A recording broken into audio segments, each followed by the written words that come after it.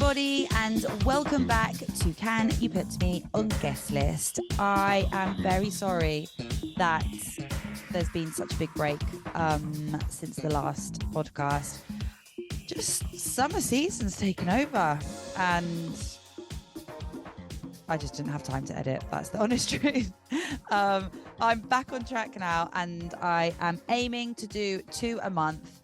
And then when we get back to winter, I'll do a weekly one again. But yes, the podcast is back, and I'm very, very excited to have the next guest with me. She's a very, very close friend of mine.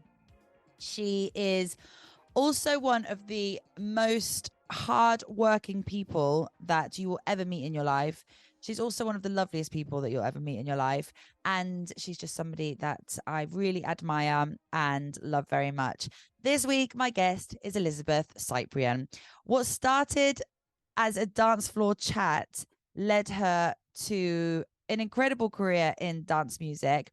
She was at the BPM Festival for 6 years, had so many different jobs at the BPM Festival, from talent buyer, project manager, marketing, PR, ticketing, box office logistics. And since ending her time with BPM, she's held her current position with Macorma Artist Management as the brand manager for Excel by Amelie Lens. So much to cover, so much to talk about. I'm super excited to have her here with us. And yeah, I think this is going to be a really, really interesting chat because she has done so much to tell. So yeah, I hope you enjoy this podcast. This episode is brought to you by Body Training Studio Ibiza. With the summer season in full swing, it's just really hard to keep on top of training and editing, obviously, which is why Body Training Studio's 20-minute full body EMS workout is perfect, as it's a muscle building, toning and sculpting workout designed to reach your goals 5 to 6 times faster than a traditional workout. You burn up to 1,200 calories and work 80 to 95% of your muscle fibers in depth. Head over to bodytrainingstudio.be for more information and to book a trial. And now, here's the podcast. Enjoy. I see the lighting is better over here. This is manager moment. We're on the camera. This is manager. Do whatever feels best for you. You want to bet the lighting looks nice like that. I know, but I just yeah. Okay. What did you want? What did you want? Like a solid color background? Of course, I'm trying to be professional, like I would tell every other artist to do, you know? Well, I mean, so I'm not professional there. Look at all the stuff all the drama I have. Like art and stuff. That's not when you can see like my couch, probably a pair of socks I forgot to put away, you know, but like I feel, my journal. No, I think that's a nice background. I think for a podcast, you need a bit of like things happening. You want to be personal? Okay. Oh, shit. Do you know what, Liz? Yeah. You do you. Oh, darling. Story of our life. You do you. Do whatever you want to do. Okay, I'm ready. Hi. Back to the distracted background. In my home, How are you? Liz is my number one dancer. We have various video clips together. We have one pending. It's like 2023. Yeah, I know, but it's always an MTV moment with us, for sure. Always. That's actually what I wish I was doing, was touring with Justin Timberlake and being a dancer, but here we are, you know? Like, I and would that's be with you. Do you know that's a true statement. If you could have a dream job, is that what it'd be? A backup dancer for Justin Timberlake? Oh my God, without a doubt. I mean, like, let me be clear. For during like my 20s, when that would have been amazing. I would have said, screw all of it. If someone like found me backstage, the dream is like dancing, you know, on the dance floor, and you get like poached because your dancing is so good. You have to tour with Justin Timberlake. And you're like, no, like, I can't because I'm with Rihanna this weekend, but maybe I can fit it in. Exactly. Make your my manager's email is this. Wouldn't that be a dream? Wouldn't that be? I think we could still do it though. I think we have it in us. Yeah, sure. But in my living room, the dancers in my living room, it looks good. Yeah, of course. But the problem is that the dancers just get younger. You know, like we get older, they stay the same age. That's true. We have Michelle and Sophia to teach us. Yes, exactly. Yeah, they would be like completely saying, of course, it's still possible if they were in the room with us right now. Imagine if we had a dance off, me and you versus them. I'm actually going to propose this. I think this is going to be a really good idea. I can really see. Yes, count me in. We can do it when I'm in Ibiza together. So we're in the same, like, oh my right. God. We can practice all summer, and then the end of the season, we'll be like, we have a surprise for you. And then we show them the dance. It's so good. Yes. And we each pick a character. Like, you could be Michelle, I could be Sophia. We copy their moves. Yeah. We can break out into dance and DC then dance floor. Yes, baby. You know it. You know it. Are you okay? Where at? You're in Berlin, right? I'm in my home in Berlin. It's sunny today. It's going to be 21 degrees. So everybody in the city will be ecstatic. And it's Friday. And it's Friday. Exactly. And no, but it's like Berlin shifts as a city at this time of year because it's so dark and the winter is so long. And the moment there's sun, like, everybody's on the street. They're happy. The coffee shops, terraces are full. Club Divisionaire opened yesterday. It's like Club summer. Divisionaire. Oh. Yeah, and I was really thinking about this. It's such a crazy operation because they don't say. I mean, like, they know generally they're checking the weather this time of year and deciding when they're going to open, but I think they really decide it, like, truthfully a few nights before. And then they have depending a full on the program. weather. Yeah, of course, because like in Berlin, you can't say, well, on May 1st, it'll be beautiful weather and we're going to open. Like, it can be a really beautiful April, and sometimes they're like they did, and now they're open. So I just was thinking about that. I'm like, how would you get a program? How would you get the artwork out? Like, it's a. How do they do it then? I think it's because with CDV, they have such a family there of DJs that are living in Berlin. And I think it's quite easy to just curate something quickly or ask for maybe a couple people to curate the night, Yeah, I guess. Yeah. How long have you lived in Berlin for now? Over 5 years. Really? Crazy. Yes, I know. Shocking. I would have said it was like 2.5, 3, not 5. That's how long I thought I would be here. But I moved here in December 2017. So it's over 5 years. Do you love it over there? It's everybody who lives in Berlin and has lived here for a long time and knows that they will probably never leave will say the same thing. It's a complicated city, and I love it. I really feel that. I mean, because it's true. We like complicated. Let's be fair. I mean, for me, like, coming from Playa del Carmen, from Mexico to Berlin, which was an intentional culture shock, but it was a real culture shock. Going from like Mexicans to Germans. Also, like, in the dance music scene, it's just it's complete. Tulum and Berlin are very different places. You literally literally from one extreme to the other. Yes, that was the plan. Like, that was totally the plan. I just wanted to flip the switch.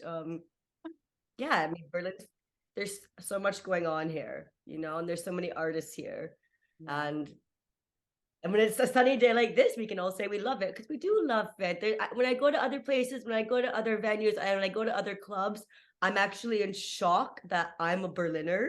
And I'm like, oh, in Berlin, it's better. It's for really minor things and for really different things. But about sound systems, how the club is maintained, the aesthetic of the club, the vibe inside. Like, there's a thing.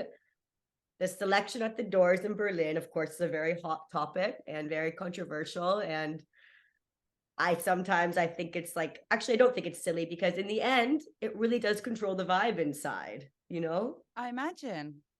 Maybe that does. But I feel like it's a place where that could happen. I can't imagine there being like door control like that here in Ibiza, because they're just like anyone and everyone. Like, you got money? Come on in. Your friend has money. Okay, come on in, both of you. Literally. But let's not be silly. Like, there's still an elitism and there's a hierarchy in Ibiza inside the club too. But that's really based off of how much money you have, quite frankly, and who do you know? Like, or can you afford to get a VIP table, or are you on the main dance floor? Yeah, that's true. Have you been turned down at a door in Berlin before? Oh my God. It literally, I hate that you just asked me this because it literally just happened for the first time. And I've been going, oh my God, I can't believe I'm going to be honest about this too. I'm such a good person. So like, it literally just happened. I don't remember. 4 weeks ago, 3 weeks ago, I've been going to Berghain. I live 10 minutes away. Like, I'm a typical annoying person there every Sunday. You go every Sunday to Berghain? I did for the 9 months in between BPM and my current job with Macorma. Every Sunday. Really? I promise you, it's why I quit. One of the reasons I left BPM is I was like, I just want to be able to rave in Berghain without having to leave. Like I'm serious, and it's because I'm so serious, and it's because I was like in shock of club culture. I'm American, coming from Playa del Carmen, Tulum area to Berlin. I never got the European club culture. I didn't get to go to clubs when I was sneaking in when I was 16, 17, you know? So I was just like, and it's not that I didn't travel to Europe before, like even like, of course, in my 20s coming to Europe, but to live here, I was like, nobody works. Like I was like in shock. Everybody's in Berghain. Why is it to leave the club on Monday? I want to be like that. I'm jealous. Like, seriously.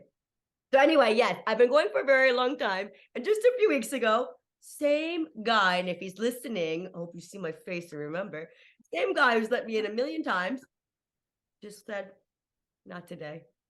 And I was all, don't be insulted. Excuse me. And then the funniest thing is like, then you immediately go through like, I'm wearing a different jacket today. Oh, I was wearing lipstick. And you know, for me, that's so weird for me to wear. I had lipstick on. But like you instantly go through these things. And then the best part is I come back 2 hours later on guest list, though. I find a guest list spot. 2 hours later, same bouncer, and he lets me right in, you know? I'm just like, I'm back, bitches. Why didn't you think he let you in the first place? I don't know, lipstick, different jacket. I have no idea. That's Maybe because, insane. and actually, no, I'm lying. I actually do know why, because I really feel like they can sense this. And I was going because a group of friends were going that I hadn't seen in a while, but quite frankly, I shouldn't have been there. Like I had so much to do. It was during a really busy month. I had plans for my nice, calm Sunday. And I was like conflicted to go. And this is also what I think people often say too, is like, they're really there. They read that energy. Like my friend also has been living in Berlin for 10 years.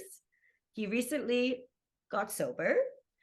He went, he's also like, he's a beautiful queer person. Like he's exactly what Berghain is looking for, you know, I mean, in more words or less. And he called me. He's like, oh my God, I just got rejected for the first time in 10 years. It was my first time trying to go sober. I wasn't very sure about it. So anyway, I think it's interesting. I think it's interesting how they read you. Yeah. Also, when they also probably say, your shoes are ugly, babe. You can't come in. Like it's a bit of both, you know? Like, crazy when you think about it though. Like their job really is not crazy. literally like, their job is quite intense if that, so they have to like properly not just analyze what somebody looks like, but like, you know, your body language and your energy and totally. You know, how do you approach the door? Are you calm? Are you confident? Are you smiling too much? Are you smiling just enough? I don't want to give all my tips on here because what if they're listening and then they're gonna be like, well, she's never getting in again now.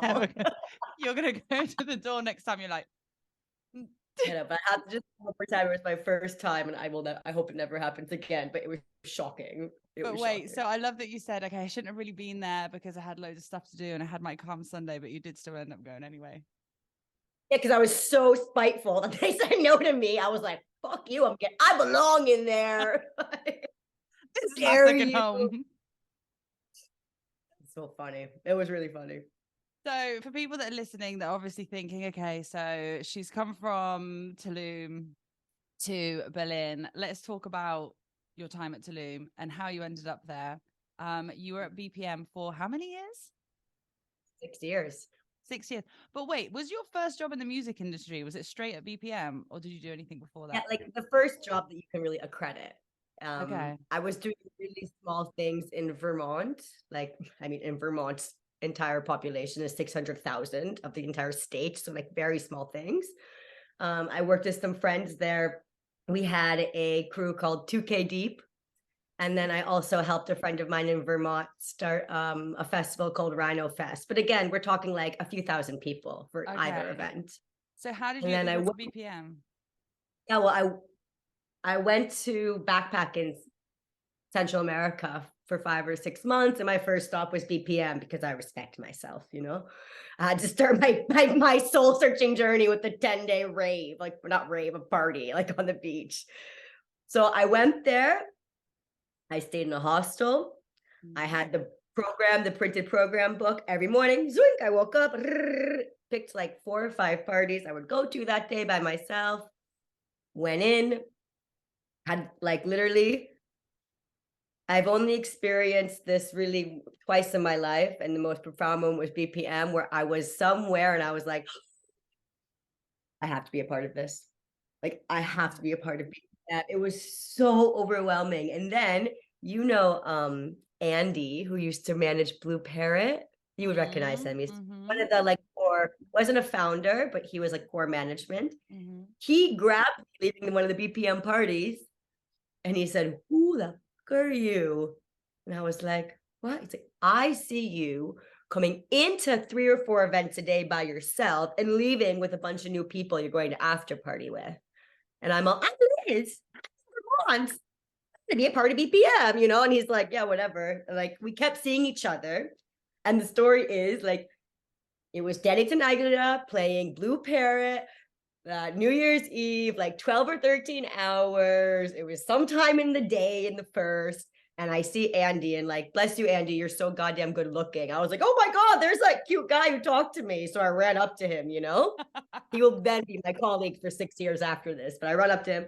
I'm like, "Hey," and he literally just goes, and he hits this guy next to him who's dancing and says, "You gotta meet her." And this person was Phil Politano, who is one of the co-founders of BPM. Wow. And Phil was vibing. Phil was like in his vibe. It was like, they were celebrating the new year. And I just went up to him and blah, blah, blah. He handed me a business card and just to shut me up for sure. I took the business card, said thank you very much, walked away, backpacked for 5 months. And then when I returned to the States 5 months later, sent him an email and a resume where I lied about everything. I'm Spanish. I do parties of 5,000 people. And I ended it. I was 21. I didn't have any idea. I ended it with, "You're an idiot if you don't hire me." Literally. You actually put that at the end of the email. We've read it over and over again, Phil and I. It's real. "You're an idiot if you don't hire me, Elizabeth Cyprian." And I thought, I'm never going to hear from this guy. He got back to me in like 10 minutes. It was, I get goosebumps. Like, I was like, what? Like, this is the best story ever. And I'm going to say what he said, and he maybe will be mad that I said it, but if anybody listening who knows Phil, it's so funny. He said, "LOL, ... I think I remember you. What were you wearing?" And I said, I had sunglasses on, big red lips. I go, "Red lip sunglasses." He called me. "It's you." Come down for an interview. That's it. That is the best story ever. I was expecting, no, I started as an intern. I actually never knew this story. I had no idea that was I know. I was wondering if you knew this story. No, I never heard this story. Like, generally never heard this before. That is amazing. So funny. It is so, and it was like, again, No, okay, carry on. It was a pull. I was just like, this is where I belong, with these people, with this event. This event is changing how I see the world. And it was then where I realized I want to cultivate experiences where people can feel like this. I want to help people experience this feeling of freedom and connection and going somewhere alone, but never being alone on a dance floor. Like, that is like, it's still what inspires me every day, you know? That's why you're so good at what you do. Because you stick to that. Yeah, it's true. You can see that. You're such just one of them people that wherever you are, like whatever room you could walk into, you light up any room. And I'm not just saying that because we're friends. You genuinely are like just a light and energy. And you're just such a joy to be around. And that's Very that's sweet. because you're just very true to yourself and what you do, and that's why you're just so great and passionate Thank with your you. work. Yeah, True. there's values. I come from a small town. I come from a small community. Community has literally been my life. I graduated high school with 34 people. My hometown population is 1,200 people. That's a community, you know? Yeah. You know, So you've grown just up around community. totally. And I just felt like, oh, this dance community cultivates a similar feeling in a different way for me. And like, it just grabbed me. So So you yeah, went and then down for BP, this. like, Yeah. You went down for the interview with Phil, and then what happened? What was your first oh my role? God. So like, right, my interview was with Alessandra Okay. on the beach. I literally didn't live in Mexico yet. I'm like, fuck it. Packed my bags, moved to Right. Mexico, got a job at a restaurant for 1 month while I was waiting for like the open call interviews that they were doing at a place called Texas Burger. Wait, sorry. So you moved to Mexico without actually having a job at BPM? Oh yeah, I didn't have it yet, but I knew I was gonna get it. But yeah, he just said come down for an interview. He just said come down for an interview. And so I did. And I got down there, like I said, a little bit earlier. So I got a job at a restaurant. Me and my French friend I met there. And like, yeah, I went for the open call. It's so funny because everything that I went through to get my position with BPM and my story, I was then on the other side, like hosting open casting call interviews that we did every year where hundreds of people would come down to Blue Parrot and line up. And there would be 6 of us. And we would just, there would be an English and Spanish section, Italian, French. It would all be pushing up which languages everybody spoke.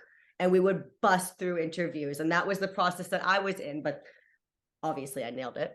And they put me in at will call at the box office. And I was just like so fast. And the girl, Jasmine, who was managing the box office, said to them, like, you better keep her full time. And that was like, that was it. And I stayed for 6 years. But just talk me through what your roles at BPM have been, because obviously it's just, you don't have to go into like full, like each part, but like I would like to know how it started off and like what was the transition till the end? What phases did you go through? So it started off merchandise manager, box off manager, box off and operations manager, box off operations marketing manager, talent buyer project manager is how I ended. So basically you've done all of it. I did it. And I'm so grateful for that because it is that experience. And I didn't go into detail, but I touched getting permits. Like I touched every department within those 6 years of BPM. And it was so apparent to me at that time that meant like that the success of the event is based on all of these departments really working together and understanding each other's needs. Because I think a lot of time that's what happens, right? Like the production guys have their vision and their needs and their deadlines and their budgets that they need to reach. But if they're not correlating and talking with the ticketing manager and the box office and what's really expecting, what's really going to happen, and how many attendees can you expect at certain events in different areas, like it's just everything's going to fail, right? And then the marketing guys need to be queued up to, hey, we need to understand, like the different timing of the events and what that means also for like the photos and the videos and where to put your people, but when the venue will be busy and what do we know about the venue? When is it busy? I mean, it's just like, it's all this mess, right? And there's probably also like better examples of that, but that's what I do really day to day still is like I used to say at BPM, what's your job? Making sure people are on the right emails with each other. Like that's like, you need to talk to you and you have to talk to this person. Like connecting the dots, connecting everything. Yeah. No? Yeah. Connecting people. Definitely connecting everything and like making sure that the integrity of the brand is represented in each department. When you go check in for your ticket at will call at a box office, that's the first impression you have of a festival, of an event. So those people better be aware of that. They set the tone before that person enters the venue. Next experience is either getting a scanned ticket, or perhaps it's like buying tokens or going to the coat check. That's step 2 of getting, like, all of those lead into if that person walks into the venue feeling like, now let's party, or God, that took hours and that was so annoying and they didn't tell us that, you know what I mean? Like, yeah, I never really thought of stuff like that before. Well, obviously, yeah, you do, but there's something you would never really think about, that it's not, like these small parts. And it's not just, that it's not all just about the production and what's on the lineup. It's like right from the very beginning of the client's experience. Disco, come here. Sorry. oh, Disco. Okay, he's fine. So before you went into talent buying, you were in marketing. Well, I like managed the marketing and PR team. I've always somehow ended up managing marketing and PR teams. And that's just because I'm all about brand ethos. And I've always been in whatever position I've had in music, pretty much right under the directors. So like the voice for the directors, and then for the people, I don't want to say under, but like for the operating team to hear what the directors need and vice versa, and for the operating team to tell the directors what they need. And then from the marketing perspective, that's a lot of like managing what needs to be communicated, right? By knowing both sides. Yeah. So how did you And move from managing the PR and marketing team to talent buying? I don't know. Craig Pettigrew just called me one day and said, "Do you want to do this?" And I said, "Okay, sure." Like, cool. And he handed me he told me of the lump sum of money that they were going to give me for the budget for buying talent. And I didn't really understand the structure of like booking the artist yet. And I was like, okay. And like, to be fair, and in a very like fair, respectful way, at that point of BPM, there was a lot of ways a template of like, you knew that we were going to have music on, you knew that we were going to have like Paradise, you knew that we were going to be going to have Carl Cox. So I was able to bring in some creativity of artists that I wanted to interject and bring to the table and stuff. But those were for the few smaller venues, kind of like the experimental venues, if you will. But yeah, it was great. I loved it. I loved it. What do you think was your biggest learning from BPM?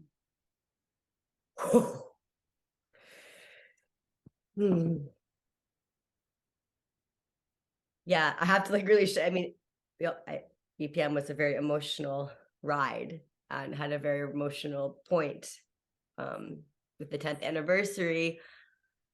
But I think the biggest lesson from BPM was, and what I'm still learning, is boundaries. And we were such a tight-knit group who worked together, and with the directors, we were family, and we had to be professional.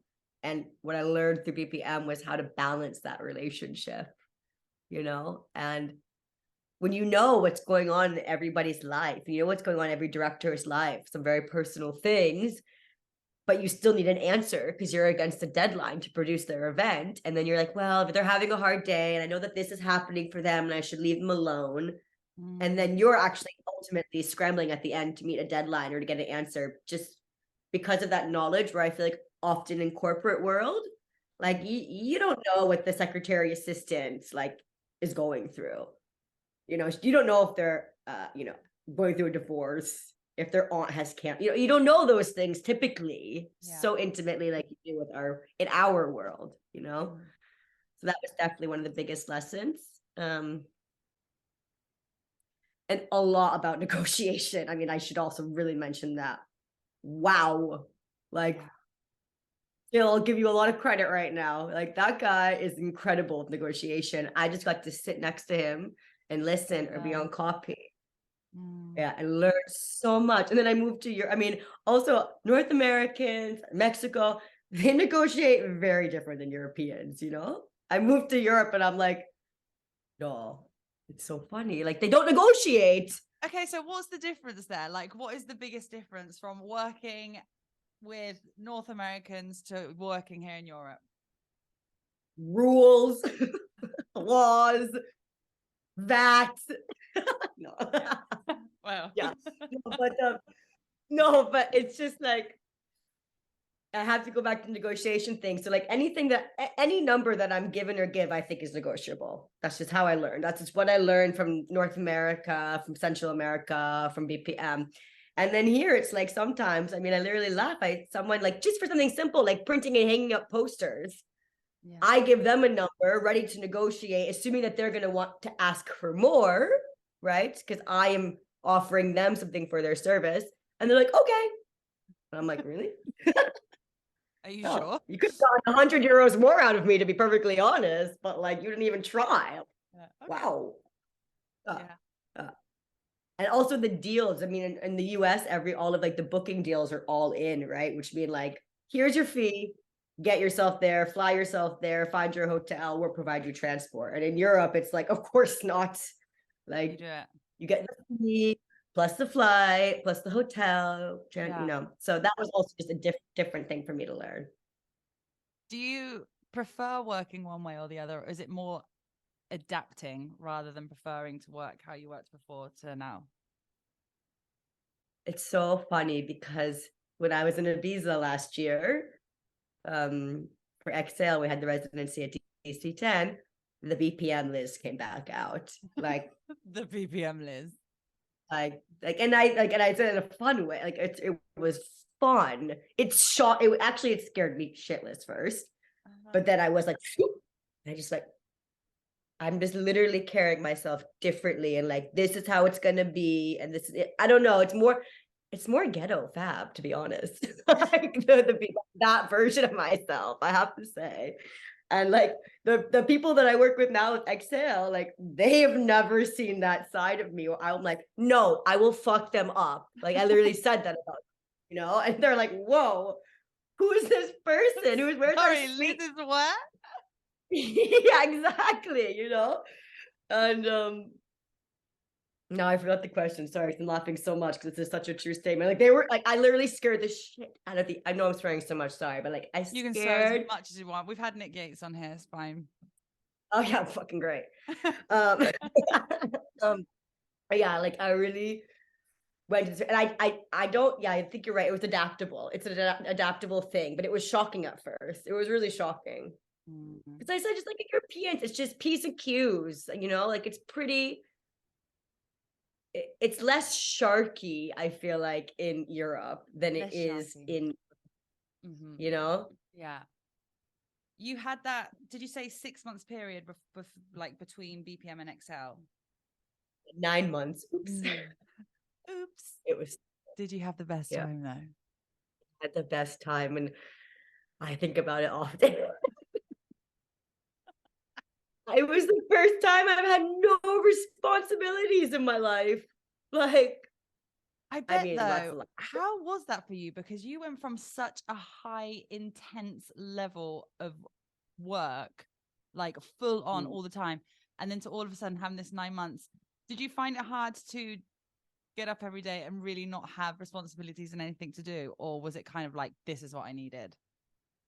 Well, I had the support of my raving friends in Berlin who were not having such 9 to 5 or like intensive careers as me. And I have to say they were a really big inspiration to make this change too, because they're just kind of looked at me and said, whoa, there's more to life than your job.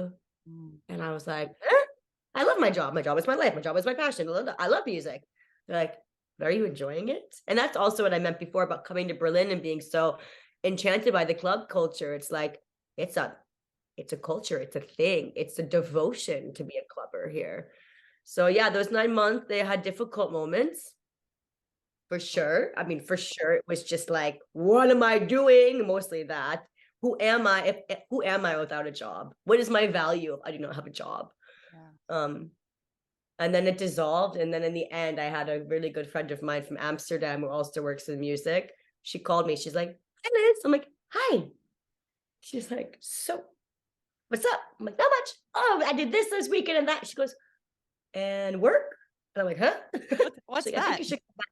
Yeah, he's like, literally. She's like, I think you should maybe come to Deck Mental with me this summer and like get back in the game and reintroduce yourself to people. So that was also my fear. That's why I never stopped before, because you have this fear of like, if I take a break, will they forget me? Mm. You know? Yeah. I was so afraid of that. So I think her call was like, yes, they'll forget you. You better hurry back in 9 months. Yeah. And that's what it was happened. an amazing. You went there? Yeah, yeah. And I went there. how did your job with Excel start? Yeah. Yeah, so I went to Deckmantel. I just was like mingling. And then actually my job with Exhale started because a friend of mine in Berlin was roommates with one of the managers from Macorma. And they were talking about me. And this roommate and part of the Macorma team, Matt is his name, found out that I used to manage the ticketing for BPM. And Marcus Schultz, who's the owner of Macorma, was interested in learning more just about ticketing for artists and things like that. So I went in there with a really casual conversation. It was not a job interview. It was more like consultation or just exchanging information. I felt really proud of myself because it felt like something professional again. I'm like, here you go, Liz. And when we're sitting there, yeah, he showed me the Mixed Mag cover with Amelie Lens and started talking a bit about Amelie. And I always say, made the grave mistake of mentioning Exhale. And I'm like, what's Exhale? And he started telling me more about it. And I'm like, you know what I really do is brand management, which is also, now that I think about it, a title I made up for myself too, but it's true. Yeah. Yeah, like I really do is brand. And he's like, oh. And then we talked more, and I think he emailed me after I left and said, why don't you actually come down for an interview now? And I started working for Macorma, and I was really originally set there to do, again, helping with like setting up and seeing if we could sell tickets for our artists or how we got the ticket data, blah, blah, blah. And it just quickly shifted into like only Exhale. So now I'm the brand manager of Exhale, and I've started with Macorma and Exhale in October 2019. Yeah, that's correct. Wow, see, that's gone so quickly as well. So you've been there since I 2017. know. Yeah. So as a brand manager, for anybody that doesn't know, what does your role consist of? What is your job as brand manager at Excel? Similar as when I described like BPM and project management, brand manager means that every single thing that Excel puts out there, produces, does, says, ties back to the brand ethos. And our brand ethos are all about community. And part of my role with Excel, whether it was intentional or not, was really defining those ethos, creating these ethos and showing them through example of how what we do is always tying back to that.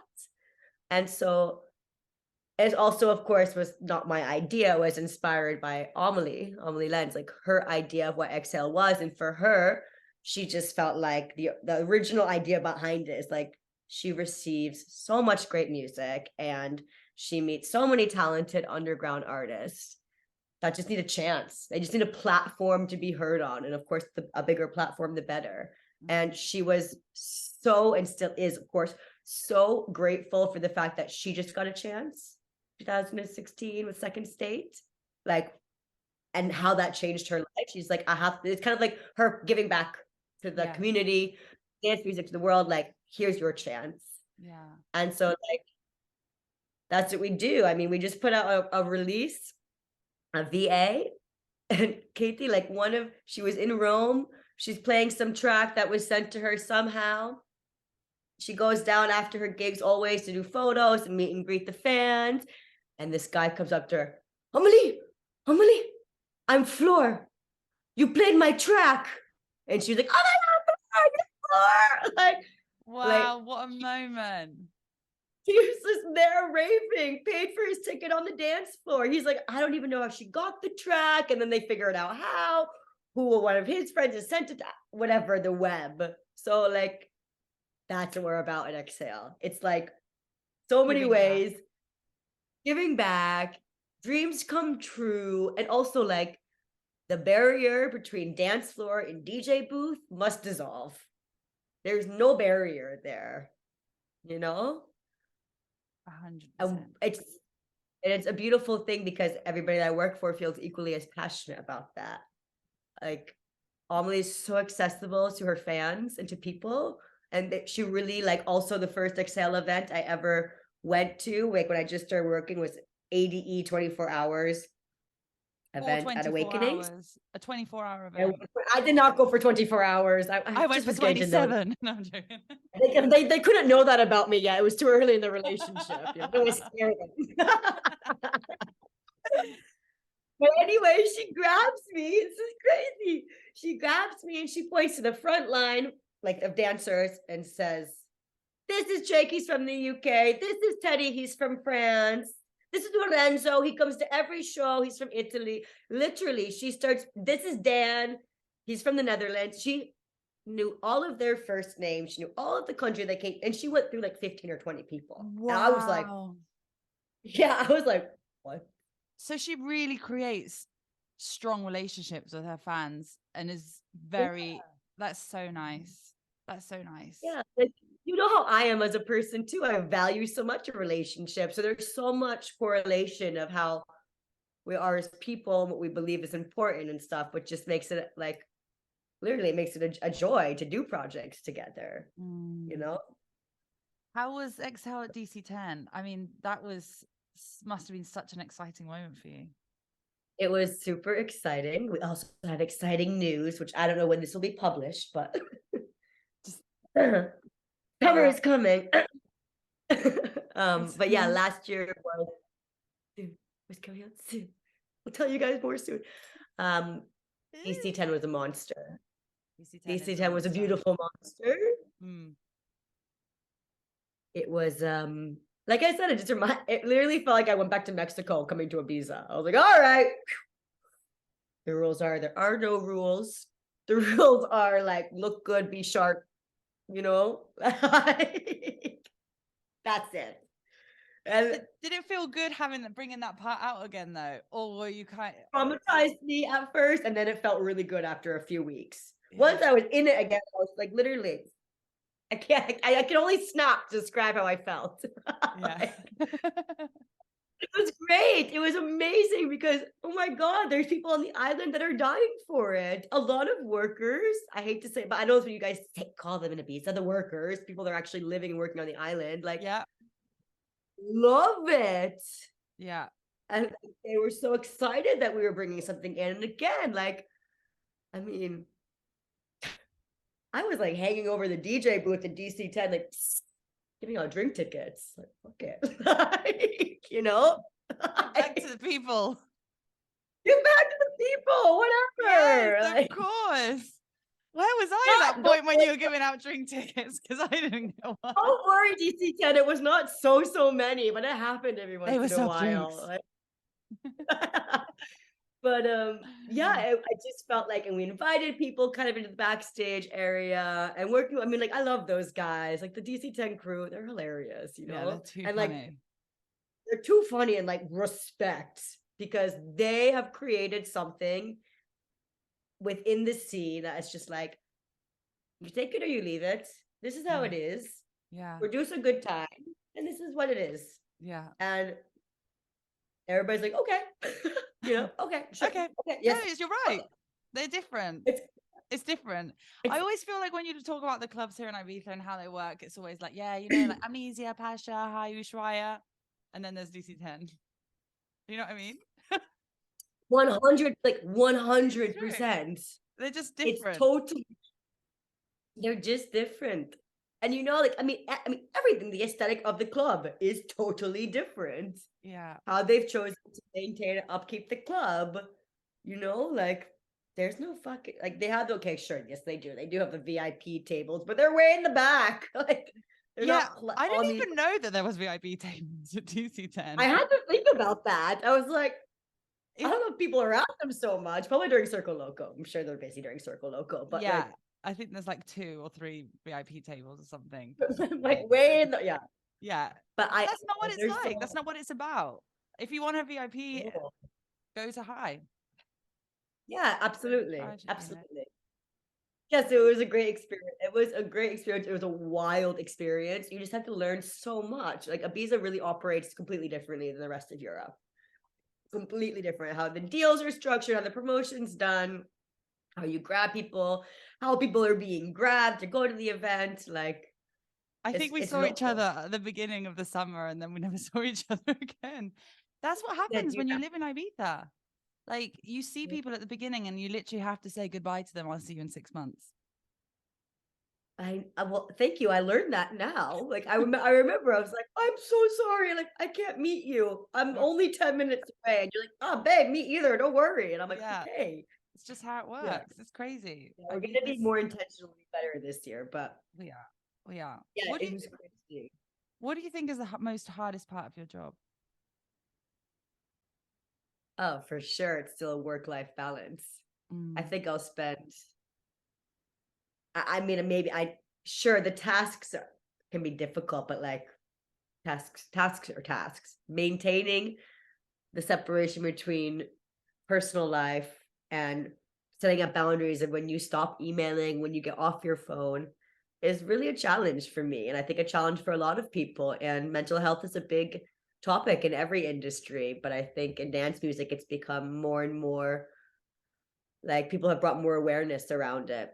And you have to just learn to shut off. I think it's so funny. Like, the world won't end if we don't get back to our emails, which is something that I sometimes don't feel, you know. I have to be like, the world, I literally like, Liz, the world will not end. The world will not end. The world will not end.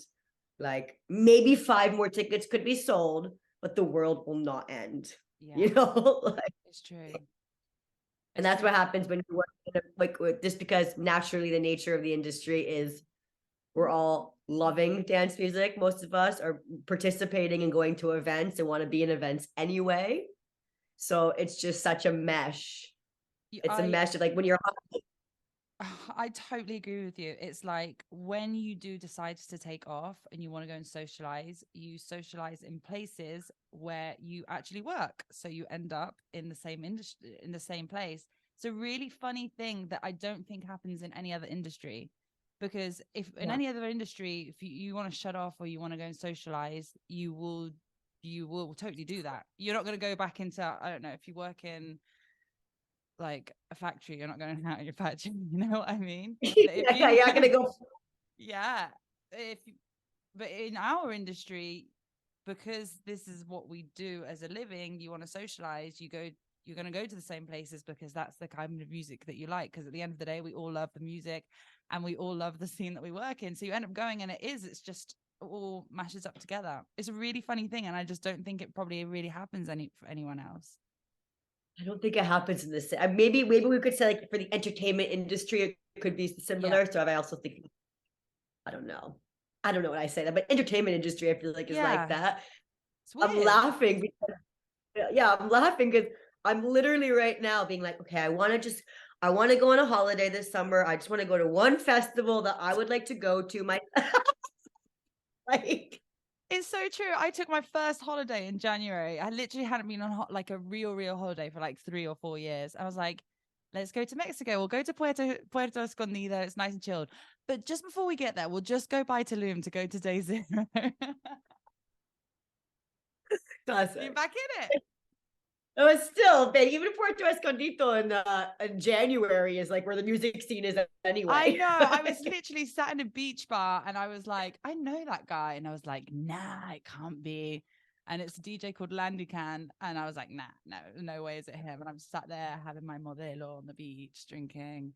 And then I was like, I'm just going to check his Instagram. And it was like, playing tonight, Puerto Escondido. And I was like, and then I looked at the name of the bar and it was literally where he was playing. I was like, no way. Oh my God, hilarious. It's hilarious. But it's also the nice thing I was saying to somebody the other day that I love about our industry is like wherever you go in the world, you're always going to know somebody, or you're going to have like a friend of a friend, always, wherever you go. Absolutely. No, absolutely. I mean, it's the community. Like, how many times, the few times we saw each other this summer, it's like, I'm going to be here. Me too. Woo. Yay. High five. See you there on the stage for even that 20 minutes together is like so nice and uplifting. Yes. Truly. Yes. It's so nice. As again, going back to community, it's what it is. It's lovely. Exactly. I just want our community healthy and take care of ourselves and each other, you know? Well, that's actually what I was going to say. What would, if you could change one thing about the music industry, what would it be? Oh God, guys, stop it. Everybody get along. Like, No, it's not true, but like really everybody remember you're allowed to take a break. You're allowed not to look at your phone. Mental health is so important. There's no shame around it. There's no shame to say no to something.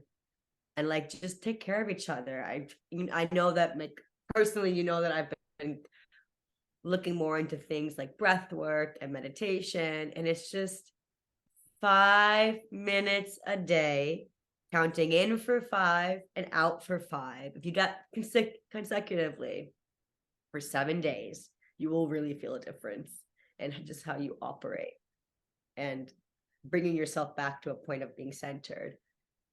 And like, again, yeah, shut off your phone. I have a new thing. I put my phone on do not disturb from 11 p.m. until 8 a.m. Same time, 11 p.m. to 8 a.m. Really? Yes. Yeah. And I also have this like social media ban that I'm not allowed to look at social media until 10 a.m. Oh, that's a good one. I should put that on also. Otherwise, I'm like 8 a.m. Oh, let me see. And it's like, yeah, why am I starting my day looking at somebody else's life, you know? Absolutely. And I hate, there's nothing that I think causes more anxiety than waking up, rolling over to turn off your alarm and seeing how many text messages you've received over the evening or night. Yeah. And if you're one of those people that has email notifications on your phone, stop it.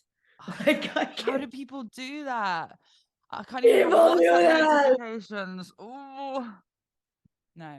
WhatsApp, like, and I can tell. I know my boss has his email notifications because how does he write me a text about an email he got 1 minute ago when he's like, on the road with his kids? I'm like, yeah, that's crazy. Yeah, that's my thing. Just take care of yourselves. Take time. Breathe. Literally breathe. And breathe. That's what I would like for things. Yeah. Okay, your 3 biggest or most proudest moments in your career.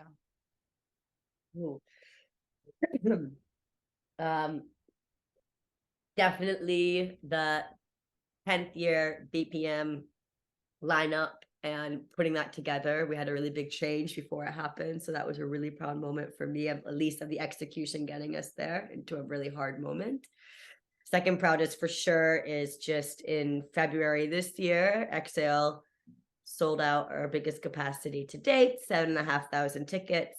And the event was in February. We sold out within like 6 weeks of putting tickets on sale, November to December. Wow. That was huge. And third proudest thing, it's not really a one moment, but I'm super proud of maintaining to who I am through all of this.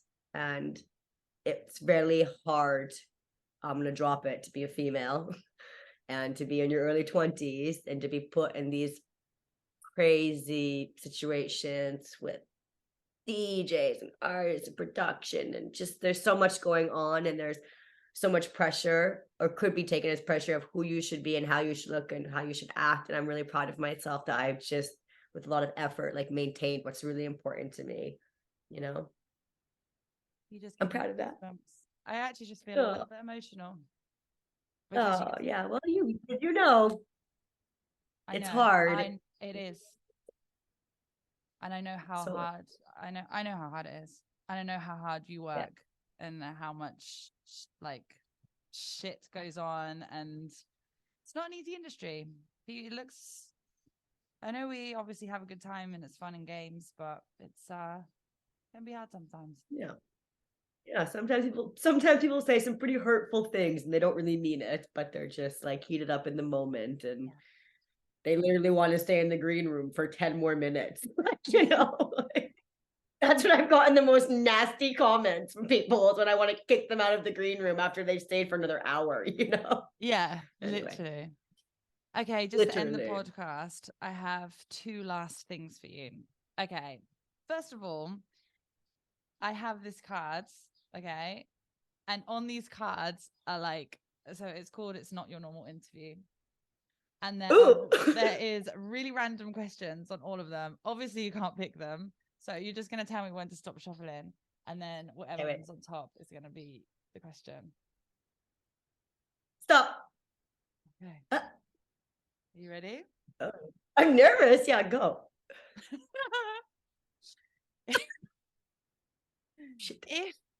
If you were a cheese, what cheese would you be and why? Oh, I've asked this question so much over the last couple of weeks. People are going to be like, why does she keep getting that question out? holding to you. I would like to say, as a tribute to Vermont, I would be cheddar because we're sharp, we're edgy. We have this like almost this soury taste, but you still really like it, you know? And nothing bites like a cheddar. But FYI, white cheddar, orange cheddar is like against the rules, just so you know. Sharp, Cabot cheddar. I 100% see that. I love that answer. I feel like you've thought about that one because that was really quick. I did it. That was so funny. It's not normal how easy that came to me. Like, it's not normal. Whenever I have some cheddar now, I'm going to be like, taste of this. And my last question for you is, because the podcast is called Can You Put Me on Guest List? You're probably like the best person I could ever ask this question. Do you have a guest list rule? Oh my God. Like, first of all, be kind. Do right because you're asking, not because you assume. Mm-hmm. If I tell you, yes, to be kind, ask, don't tell. And third thing, your ticket is coming.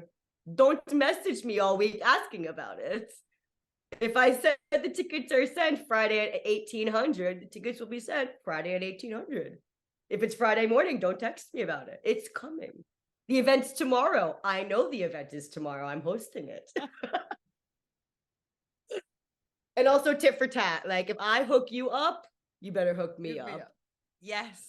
100%. And it took me a really long time. It took me a really long time to understand I could do that, you know?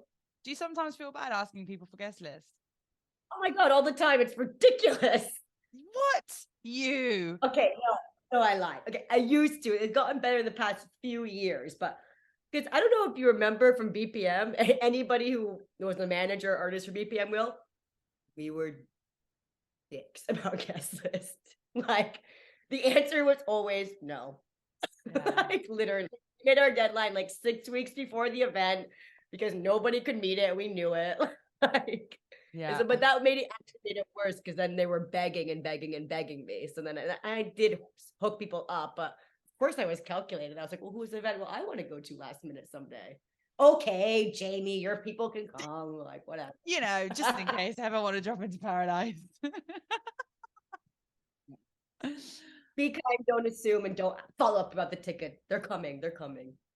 Good advice. Good advice. Yeah. I could literally sit here and chat with you forever. Well, I just couldn't in general about everything and anything, really.